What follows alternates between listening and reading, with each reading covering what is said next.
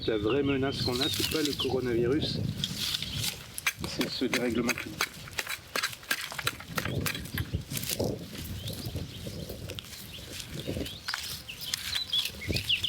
Le coronavirus, a priori, voilà, il va tuer quelques centaines de milliers de personnes à l'échelle du monde, sur plusieurs milliards. Le dérèglement climatique, il peut vraiment quasiment nous exterminer.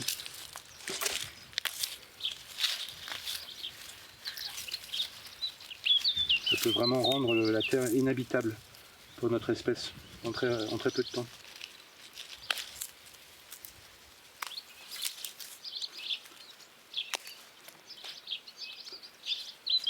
Mais il n'y a pas la même mobilisation parce que c'est plus diffus. Là, ce qui va bien avec le coronavirus, c'est que c'est un ennemi. On a trouvé un ennemi commun. Et ça, pour ressouder les gens, les gouvernements, ils se sont souvent constitués comme ça, sur la base d'un ennemi commun. Il faut faire la guerre contre quelque chose ou contre quelqu'un. Donc on ne fait pas la guerre contre le ciel, contre les nuages. Par contre, un virus, ça fait vraiment un excellent prétexte pour faire la guerre.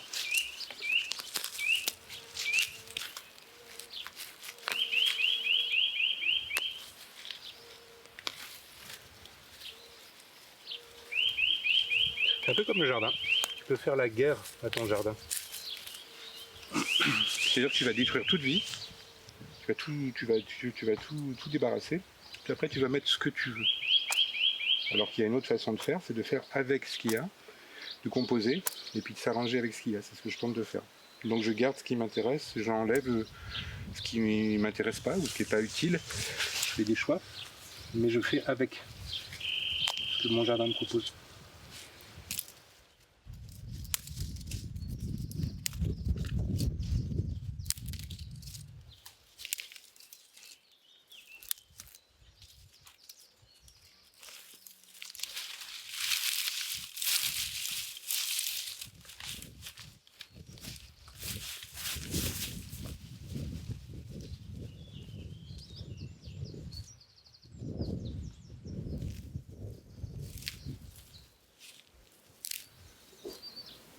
En fait, moi, j'ai pas été surpris du tout, parce que finalement, de toute façon, on voyait que fatalement c'est ce qui allait se passer, puisque les d'autres pays avant nous avaient fait ce choix-là, notamment l'Italie. Donc moi, j'ai pas été surpris du tout. Et puis c'était là un peu la logique de pouvoir public complètement dépassé et qui n'était pas du tout préparé à cette pandémie.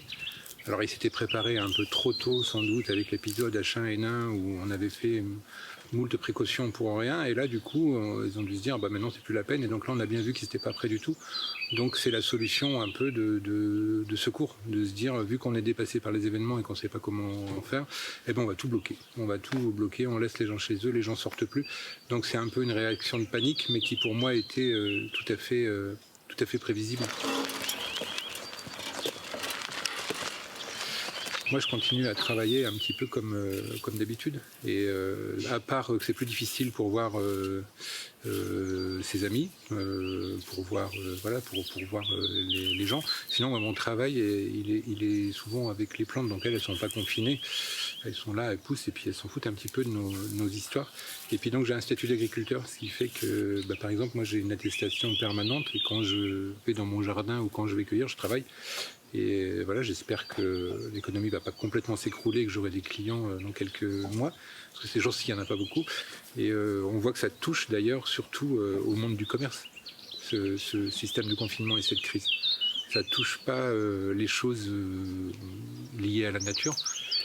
Et dans une région comme celle-ci, encore moins qu'ailleurs, parce que, en fait, vu la densité de population qu'on a, on peut très bien faire quand même des centaines de mètres sans voir personne. Et enfin, surtout moi qui travaille en plus souvent en milieu sauvage, soit dans mon jardin, soit dans des milieux non habités. En fait, c'est vrai que pour moi, ça ne change pas grand-chose. Et par contre, tout ce qui est de l'ordre du business, du commerce, là, ça change tout. Et effectivement, c'est vraiment bien coincé. Donc, par ici, par exemple, moi, je vois quasiment plus personne, alors qu'il y a pas mal de gens qui ont pris l'habitude de venir acheter leur tisane ici. Donc, je pense que les gens ont peur de se prendre une prune. Hein. Ils ont clairement peur de prendre une amende. Et en plus, je crois qu'ils ont raison d'avoir peur. Parce que le virus, je ne sais pas s'ils vont l'avoir, mais s'ils sortent faire leurs courses là où il ne faut pas, ça, par contre, la prune, ils risquent de la prendre. Donc, je ne vois plus personne. Et même sur mon site internet, je vends aussi à distance. Je reçois pas mal de messages de gens qui disent mais alors, vous pouvez quand même vous expédier les plantes. Est-ce que c'est quand même possible d'avoir des plantes? Je crois que les gens comprennent. Ça a tellement été une communication chaotique, contradictoire. Enfin, tous les jours, tout change. Donc je crois que les gens sont un peu paumés. Donc au niveau commercial, je suis à peu près au niveau 0 pour le moment.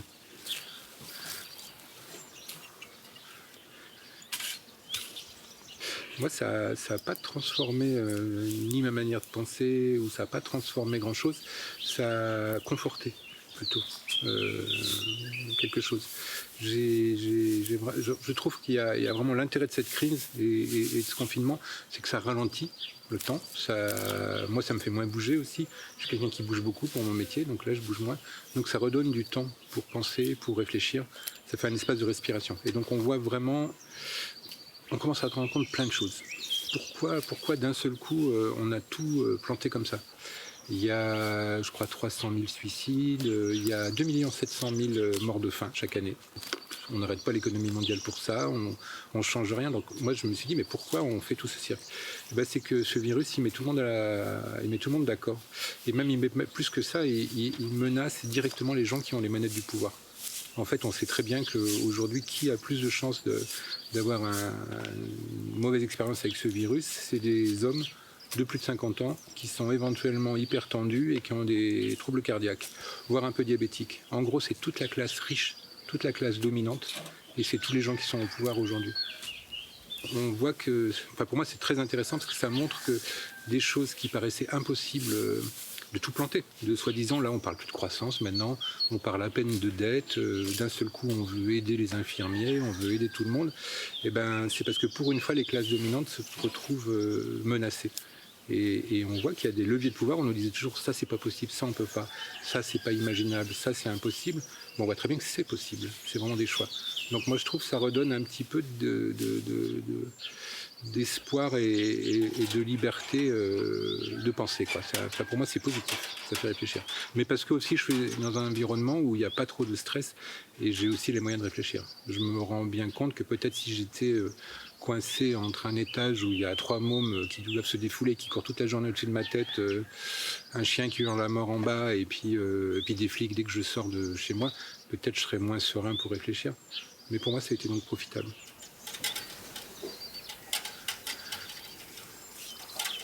Le bon sens voudrait qu'on ne retourne pas exactement dans le modèle qui nous a conduit à cette situation, parce que clairement c'est la leçon à retenir de tout ça. Ces pandémies virales qui nous étaient annoncées depuis 25 ans, c'était un peu comme le loup blanc, quoi. On n'y croyait pas, on ne pensait pas. En fait, elles sont directement liées à la destruction des écosystèmes, au capitalisme et à la destruction de l'environnement. Donc c'en est juste une, et il y en aura sûrement des plus terribles. Si on avait eu quelque chose comme Ebola, je me demande comment on ferait aujourd'hui. C'est 50 à 90% de chances de mortalité. Là, on est sur moins de 1%, donc on voit déjà le bazar que ça peut mettre. Donc je ne sais pas comment on va sortir de ça, mais ce que moi j'espère, c'est que vraiment, on ne va pas recommencer comme avant. Et comprendre qu'on est tous complices de ça. Enfin, moi, en tout cas, je vais essayer de faire des choix, je vais essayer de m'y tenir. Alors j'espère que ce n'est pas juste des bonnes résolutions qu'on prend au moment de la crise, mais il y a des choses que je vais essayer de plus faire. Je pense qu'on n'a qu'une seule arme pour que ça change, c'est le boycott, en fait. Et donc c'est éviter certains actes qui donnent vraiment du grain à moudre à tous ces monstres qui ont pris le pouvoir. Alors les monstres, pour moi, c'est les GAFA qui vont nous pister. C'est la grande distribution, c'est Amazon qui met ses employés en danger, c'est tout ça. Donc moi, j'étais pas un fervent client d'Amazon, mais je crois qu'encore moins que jamais. Et pour moi, la sortie, c'est ça, c'est que vraiment, il faut qu'on change. C'est un espèce d'avertissement pour moi, ce virus. Et si là, on n'entend pas l'avertissement, il est sévère cette fois-ci. Et si on ne l'entend pas, on est cuit, quoi. Donc il faut vraiment qu'on fasse notre transition. Il ne faut pas juste qu'on attende qu'elle soit le fait des pouvoirs publics, ils ne vont pas le faire. Eux, ils vont juste vouloir que ça continue comme avant. Le MEDEF commence à dire qu'il faudra travailler un peu plus, être payé moins pour sauver l'économie française. On voit bien que ces gens-là, c'est comme des camés, quoi. Camés à l'argent, camés au pouvoir. Et on ne peut pas raisonner, il n'y a plus de raison, quoi. Je suis accro à mon pouvoir, je suis accro à mon argent et c'est pas négociable. Donc j'espère que ça va être partagé, cette prise de conscience, et que les gens vont pas vouloir refaire ce qu'ils faisaient avant, c'est-à-dire qu'est-ce qu'il nous reste aujourd'hui comme liberté? Celle de travailler et de consommer. Et pour moi, un être humain, c'est plus que ça quand même. Ça peut aussi, c'est merveilleux, ça peut aussi rire, ça peut aussi faire de la musique, ça peut aussi se promener, ça peut aussi ne rien faire, ça peut passer du bon temps avec ses amis, ça peut essayer de regarder ce qu'il a sous les pieds, de prendre soin. Et ben ça, j'espère que ça va prendre beaucoup plus de place dans nos vies. Et qu'on ne va pas juste devenir ce qu'on veut nous faire devenir, c'est-à-dire des gens qui font tourner un système en travaillant et en consommant, en travaillant, en consommant, en travaillant, en consommant. Et puis si vraiment ça ne va pas, ben on prend quelques médicaments, on prend un petit vaccin, puis on continue. Moi j'espère vraiment qu'on ne va pas tomber dans ce panneau-là.